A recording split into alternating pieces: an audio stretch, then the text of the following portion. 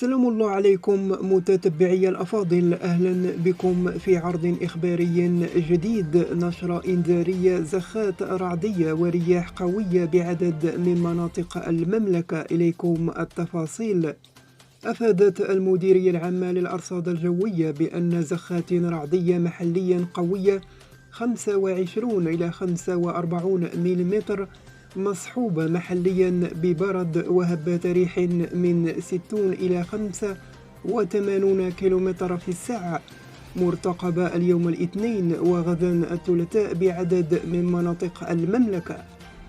وأوضحت المديرية في نشرة إنذارية من مستوى يقظة برتقالية أنه من المتوقع تسجيل زخات رعدية محليا قوية من 25 إلى 35 ملم اليوم الاثنين، ابتداء من الساعة 2 بعد الزوال إلى حدود 10 ليلا بكل من دريوش، قرسيف، تورير، الناظور، الفقيه بن صالح، خريبقة، وبني ملال، الزلال، قلعة السرغنة، الرحامنة، والحوز، شيشاوة، مراكش، ورزازات، وتارودانت.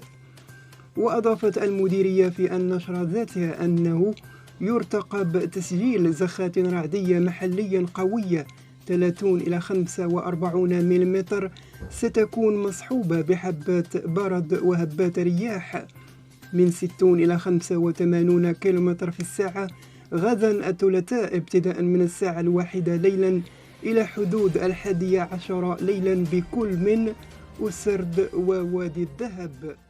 في أمان الله.